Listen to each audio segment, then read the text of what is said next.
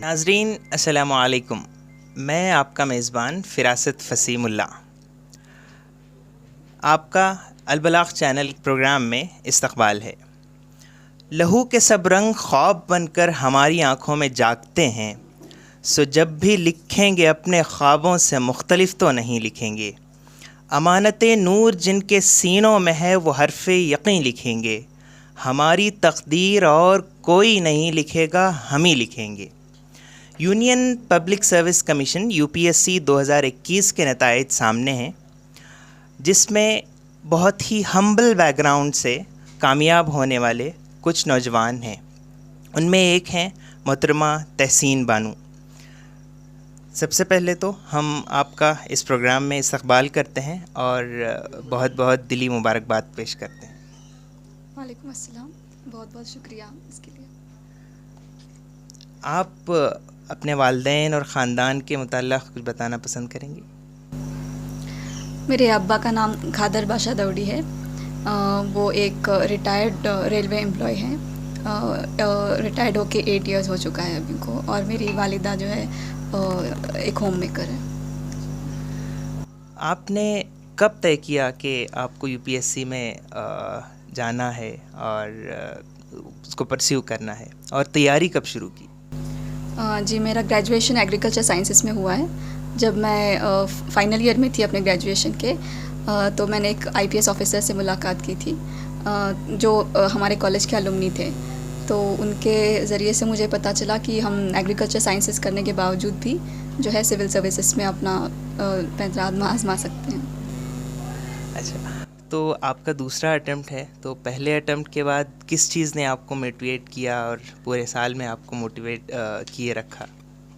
पहला अटेम्प्ट मैंने 2020 में दिया था, जिसका प्रीलिम्स मेरा नहीं हुआ था। मेरी पढ़ाई भी आधी अधूरी हो गई थी क्योंकि कोविड-19 का दौर चल रहा था, तो मैं थोड़ा मेंटली स्टेबल भी नहीं थी उस वक्त, घर से दूर भी थी।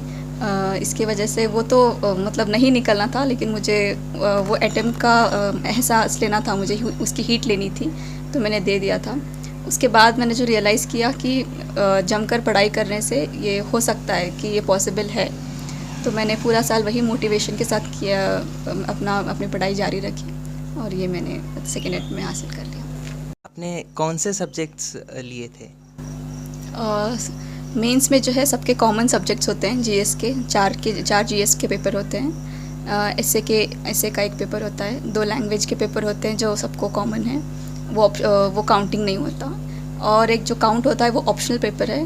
मैंने ऑप्शनल में अपना एग्रीकल्चर सब्जेक्ट ही लिया था।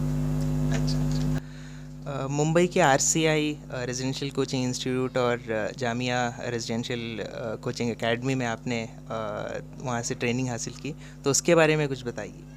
जी, मैंने पहले अटेम्प्ट के बाद जो है मैंने हज हाउस ज्वाइन किया मुंबई का। वहाँ पे बहुत ही बेहतरीन फैसिलिटीज़ है। ये ministry of minority affairs government of India से स्पॉन्सर्ड है। टॉप 100 स्टूडेंट्स को सेलेक्ट किया जाता है वहाँ पे, जो एंट्रेंस के थ्रू आते हैं, और वहाँ पे रेसिडेंशियल कोचिंग होती है। आपका ऑलमोस्ट फ्री कोचिंग है ये। आपको बस मीगर फ़ीस जो मेस की फ़ी होती है बस वही देना होता है, तो इट्स ऑलमोस्ट एंटायरली फ्री। तो आपको बर्डन नहीं रहता कि जैसे दिल्ली में जाके पढ़ रहे हैं बच्चे 2-2.5 लाख डाल के पढ़ रहे हैं, तो उनको एक बर्डन होता है।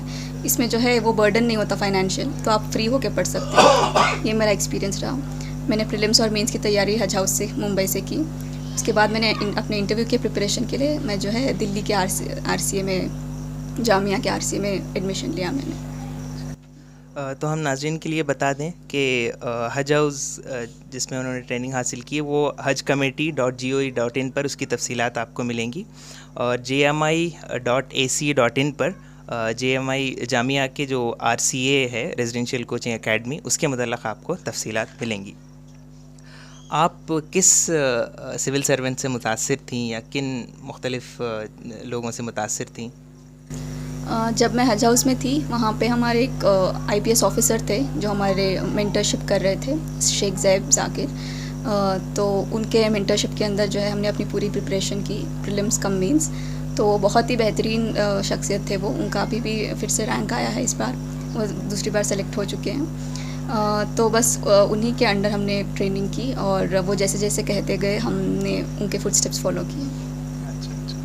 करंट अफेयर्स के लिए कहा जाता है कि न्यूज़पेपर और अखबार बहुत ज़रूरी होता है, तो आप कौन सा अखबार पढ़ती थी या सजेस्ट करेंगी कि करंट अफेयर्स के लिए वो अखबार पढ़ना चाहिए?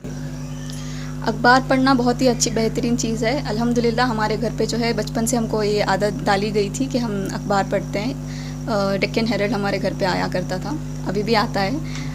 तो जब मैंने यूपीएससी में यूपीएससी की शुरुआत की, तब जो है डेक्कन हेरल्ड इतना ये नहीं रखता था, तो सब लोग सजेस्ट करते थे द हिंदू पढ़ने का। उसमें बेहतरीन आर्टिकल्स आते हैं द हिंदू और इंडियन एक्सप्रेस में, तो आप कोई भी एक चूज़ कर सकते हो। आप किन डोमेन्स में या किन सेक्टर्स में अपनी खिदमत अंजाम देना चाहती हैं? सर मेरा एक ड्रीम है कि मैं जो है एजुकेशन के लिए अपना पूरे जोश से मैं काम करूं। उसके अलावा जो वुमेन्स एम्पावरमेंट है both in rural and urban areas, women का रिप्रेजेंटेशन जो हर फील्ड में कम है, तो मैं उसके लिए काम करना चाहती हूँ। अच्छा, यूपीएससी के इंटरव्यू को लेके बहुत ज़्यादा क्यूरियोसिटी होती है और कई सारे मिथ्स और ये भी होते हैं, तो उसके मतलब कोई दिलचस्प या इंटरेस्टिंग इंसिडेंट था आपके साथ जो शेयर करना चाहते हैं? यूपीएससी का इंटरव्यू बहुत जल्दी हो गया था मेरा। फर्स्ट वीक में ही मेरा आ गया था नंबर, तो मैं उसके लिए प्रिपेयर्ड नहीं थी मेंटली, तो वो संभालने के लिए थोड़े बहुत दिन चले गए मेरे। और जो मैंने डैफ का प्रिपरेशन किया, जैसे सीनियर्स ने सजेस्ट किया मुझे, तो मैंने वैसे किया। वहाँ पे जा बहुत सारे मॉक्स भी दिए, 3-4 मॉक्स दिए दिल्ली के दूसरे इंस्टीट्यूट्स में। लेकिन जो रियल इंटरव्यू था वो काफ़ी अलग था मॉक से, उसका एक्सपीरियंस काफ़ी अलग था। वो बहुत कॉर्डियल रहते हैं, जो बोर्ड रहता है 5 लोगों का बोर्ड रहता है, तो बहुत कॉर्डियल रहते हैं। वो चुपचाप आप जो बोलते हैं वो सुनते रहते हैं, वो कोई कमेंट नहीं करते, वो कोई क्रॉस क्वेश्चन नहीं करते। तो अच्छा बेहतरीन था एक्सपीरियंस। और आखिर में चेयरमैन सर ने मुझे एक सजेशन पूछा कि हम जो चाहते हैं हमने पूछ लिया है, अगर आपके तरफ से कुछ कहना है तो कहिए। तो मैंने अपने अब्बा का जिक्र किया कि मेरे अब्बू ही हैं जो मुझे इंस्पायर करते हैं और उन्हीं की वजह से मैं यहाँ तक हूँ। तो उन्होंने ये चीज़ को काफ़ी अप्रिशिएट किया कि बहुत मेहनत लगती है, बहुत उसको दम चाहिए होता है कि एनकरेज करके यहाँ तक लाने की, तो उन्होंने इसको अप्रिशिएट किया। हालिया दिनों में हिजाब को लेके बहुत कुछ हुआ है, तो उसके नतीजे में मुस्लिम लड़कियों के अंदर बहुत सारे सवालात और कन्फ्यूजन्स हुए हैं। हम माशाल्लाह से देख रहे हैं कि आप एक हिजाबी हैं। यूजुअली उसको बहुत गलत अंदाज में एक नैरेटिव के ज़रिए लाया जा रहा है कि इधर हिजाब और एजुकेशन, हम देख रहे हैं कि आपने दोनों को चूज़ किया है। तो मुस्लिम लड़कियों के लिए आप क्या पैगाम देंगी? अल्हम्दुलिल्लाह इस बात का कि मुझे अपॉर्चुनिटी मिली है। मैंने अपना इंटरव्यू भी जो है हिजाब पहन के दिया था, तो इसमें कोई दिक्कत नहीं आई थी और उन्होंने कुछ ऑब्जेक्शन भी नहीं किया था और ना ही कोई सवाल पूछे थे इसे लेकर। तो मैं यही कहना चाहती हूँ कि प्रायोरिटी आपकी एजुकेशन ही रहना चाहिए। तो मेरे हिसाब से ये है कि अगर आपके इंस्टीट्यूट में कोई रूल है गवर्नमेंट का कि नहीं पहन सकते, तो आप उस रूल की इज़्ज़त कीजिए, उस रूल की रिस्पेक्ट कीजिए।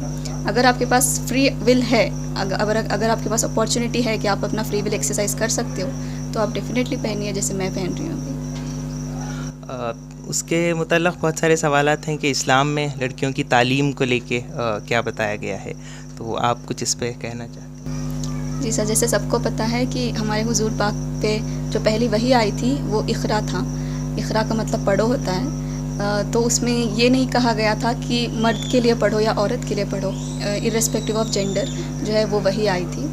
तो जैसे हम देख रहे हैं कि एनरोलमेंट रेशियो जो है काफ़ी कम है लड़कियों का, लेकिन अल्हम्दुलिल्लाह अभी जो है इम्प्रूव हुआ है, लेकिन वो बस प्राइमरी एजुकेशन में हुआ है। हाई स्कूल तक वो हायर एजुकेशन तक वो परस्यू नहीं कर पा रहे हैं, बस स्कूल पढ़ा देते हैं और बिठा देते हैं या फिर उनकी शादियाँ करा दी जाती हैं। तो हायर एजुकेशन में उसका जो है वो रिफ्लेक्ट नहीं हो रहा है। तो इंशाल्लाह यही कोशिश रहेगी मेरी कि मैं भी जो है इसमें कंट्रीब्यूट कुछ करूं और वुमेन की जो है हायर एजुकेशन में जो है उनका प्रपोर्शन बढ़ाऊं। पेरेंट्स के लिए आप क्या सजेस्ट करना चाहती हैं कि कैसा माहौल प्रोवाइड किया जाए स्टूडेंट्स को कि वो यूपीएससी परसीव कर सकें? मैं इस मामले में काफ़ी लकी हूँ। मुझे बहुत ही बेहतरीन माहौल मिला, मेरे घर पे भी, मेरे फ्रेंड्स भी, घर पे बहुत सपोर्ट मिला मुझे। जब भी मैं पढ़ना चाहती थी तो मुझे बहुत फ्री विल मिला यहाँ पे। और फिर जहाँ पे मैं जाना चाहती थी, चाहे वो हज हाउस हो मुंबई के या फिर दिल्ली के जामिया हो, मुझे वहाँ पे जाने दिया गया। और सपोर्ट रहता था तो एक मेंटली स्टेबल हो जाता है इंसान अगर पेरेंट्स का सपोर्ट है। और जो है फ्रेंड्स और दूसरे जो एक्सटेंडेड फैमिली के मेंबर्स भी थे, उन्होंने भी काफ़ी सपोर्ट किया, मोटिवेट करते रहे हमेशा। जब मेरा पहला प्रीलिम्स नहीं हुआ तब भी मुझे लेट डाउन होने नहीं दिया। तो ये सब जो है अल्टीमेटली आपके रिज़ल्ट्स पे इफ़ेक्ट करता है। और यही सजेशन रहेगा कि अगर आपके बच्चों को वो इंटरेस्ट है, अगर आप उनमें वो देखते हैं, वो जज्बा देखते हैं, तो प्लीज़ उनको सपोर्ट कीजिए। हम बहुत आपके पेरेंट्स को भी आपके ख़ानदान वालों को भी मुबारकबाद पेश करते हैं। तो ये थी मोहतरमा तहसीन बानो। हम तवक्का करते हैं कि आपका जो अगला अटेम्प्ट है वो भी इसमें आप और ज़्यादा फ्लरिशिंग नंबर्स के साथ अच्छे रैंक हासिल करें। तो अलबलाग चैनल के कमेंट्स बॉक्स में आप अपने तासुरात और अपने कमेंट्स दीजिए। आज के लिए इतना ही। जज़ाकल्लाहु खैर।